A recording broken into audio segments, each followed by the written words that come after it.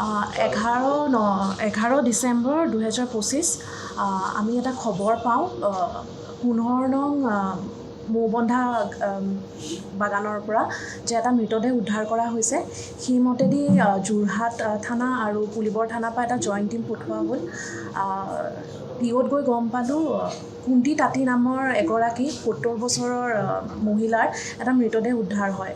সেইমতেদি আমি তাতে পিঅ'ত থকা উইটনেছখিনিৰ লগত কথা পাতোঁ। গম পোৱা যায় আমি সেই এক্সামাইন কৰি উইটনেছেছখিনি যে আগৰ দিনা মানে 10 তাৰিখৰ পৰা সন্ধিয়া 7:30 মান বজাৰ পৰা মানুহগৰাকীক পোৱা নাছিলে। ঘৰৰ মানুহে বহুত বিচৰাৰ চেষ্টা কৰিছিলে কিন্তু তেওঁক পোৱা যোৱা নাছিলে।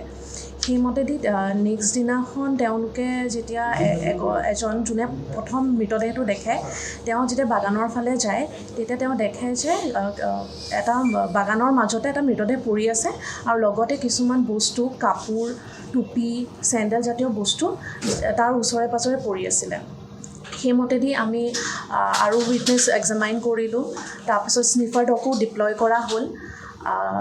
তাৰ পাছত আমাৰ উইটনেছে যোন দুজন ব্যক্তিক ছাছপেক্ট হিচাপে চিনাক্ত কৰিছিলে আৰু স্নিফাৰ ডগে দুইটাই একেজন মানুহৰ ওপৰতে গৈ পায়।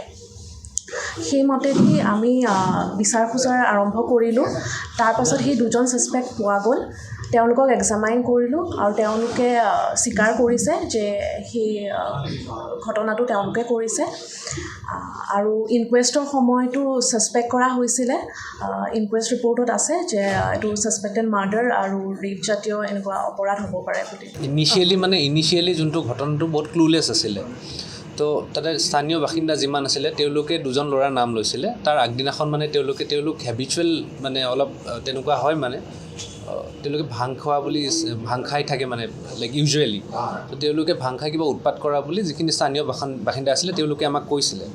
আৰু লগতে আমি যেতিয়া স্নিফাৰ ডিপ্লয় কৰিলোঁ স্নিফাৰেও মানে এই দুজন মানুহৰে ঘৰত পালে। চ' বস্তুখিনি আমাৰ মানে মেটচ হৈ গ'ল। মানে যোনখিনি মানে উইটনেছৰ ষ্টেটমেণ্ট প্লাছ আমাৰ স্নিফাৰৰ যোনখিনি লিডছ তো সেইখিনি একেই দুজন মানুহৰ ঘৰলৈকে ওলালে। তো সেইমতে আমি তেওঁলোকক ছাছপেক্ট হিচাপে পিক কৰোঁ আৰু ইণ্টাৰগেট কৰাৰ সময়ত তেওঁলোকে কৈ দিয়ে যে তেওঁলোকে ঘটনাটো কৰিছে। ইনচিডেণ্টটো তেওঁলোকেই কৰিছে। তেওঁলোকে তাৰ আগদিনাখন ক'ৰবাত তেওঁলোকে একচুৱেলি ডেইলি ৱেজ লেবাৰ হয়। তেওঁলোকে কাম চাম কৰি সুৰাপান কৰি আহি থকাৰ সময়ত ৰাতি এন্ধাৰতে মহিলাজনীক দেখি পেলাই উঠাই লৈ গৈছিল।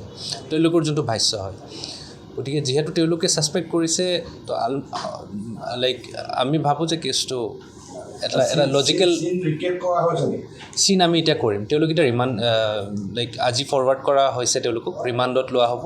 যিকোনো খবৰৰ বাবে যোগাযোগ কৰক 7099017330 লগতে 7099017110 নম্বৰত।